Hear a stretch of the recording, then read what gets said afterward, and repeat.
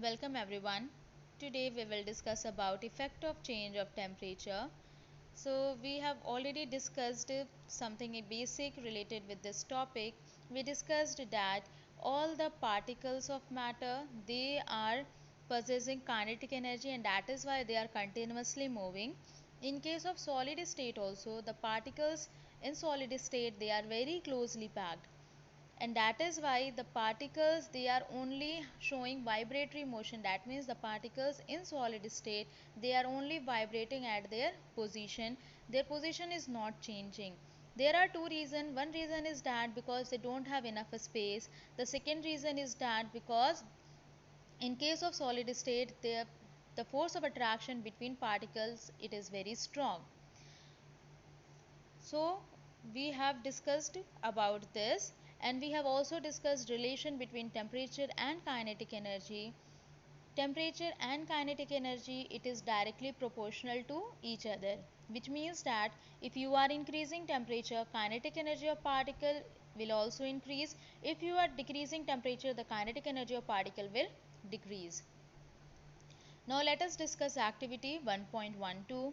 Take about 150 gram of ice in a beaker and suspend a laboratory thermometer so that its bulb is in contact with the ice as in figure 1.6. Start heating the beaker on a low flame. Note the temperature when the ice starts melting. Note the temperature when all the ice has converted into water. Record your observations for this conversion of solid to liquid state. Now put a glass rod in the beaker and heat while stirring till the water starts boiling. Keep a careful eye on the thermometer reading till most of the water has vaporized. Record your observations for the conversion of water in the liquid state to the gaseous state. So to understand this activity, first we will discuss about figure 1.6. In that figure you can see that you have to take one beaker. In that beaker you have to take about 150 gram of ice, and then you have to suspend a thermometer as it is showing. The one precaution you have to take also while arranging, the precaution is that the bulb of the thermometer, it should be in contact with the content of the beaker. Here the content of the beaker is ice, so it should be in contact with ice. Then you have to slowly heat the content of the beaker. That means you have to slowly heat ice, so you have to keep the flame of the burner low. Then you have to note the temperature when the ice starts melting. That means when you started providing heat energy to ice, then you have to carefully see that when the ice will start melting, that means initially only you have to record the temperature. You have to see at what temperature ice started melting, started converting into water. Again you have to note the temperature when all the ice has converted into water. Then again you have to see when almost all the ice has converted into water, when all the ice has melted, then what temperature it is showing in thermometer. You have to record your observation for this conversion of solid to liquid state, that means conversion of ice to water.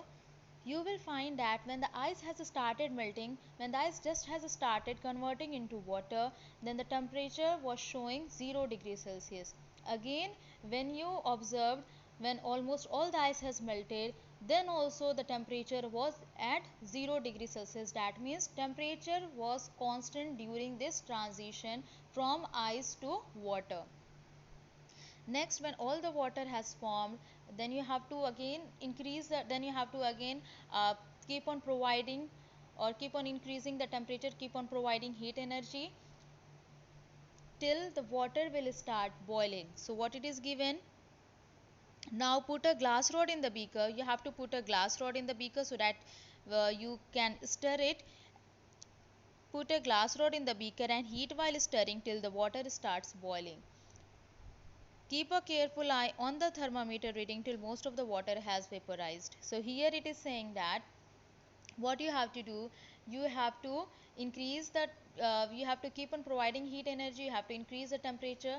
So you have to again record the temperature when water will just start boiling, when water will just start converting into steam, that you will find the temperature is showing 100 degrees Celsius.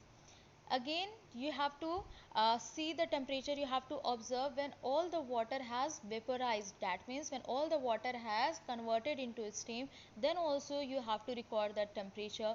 Again, you will find that the temperature is still showing 100 degrees Celsius. The temperature is constant. That means the temperature was constant throughout the transition, throughout the conversion of water to steam. Record your observation for the conversion of water in the liquid state to the gaseous state. So you have to record it, and the temperature will be 100 degrees Celsius till whole conversion of water to steam. So this is given in this activity. Now a lot of questions can be framed on the basis of this activity. We will discuss each and every single question based on this.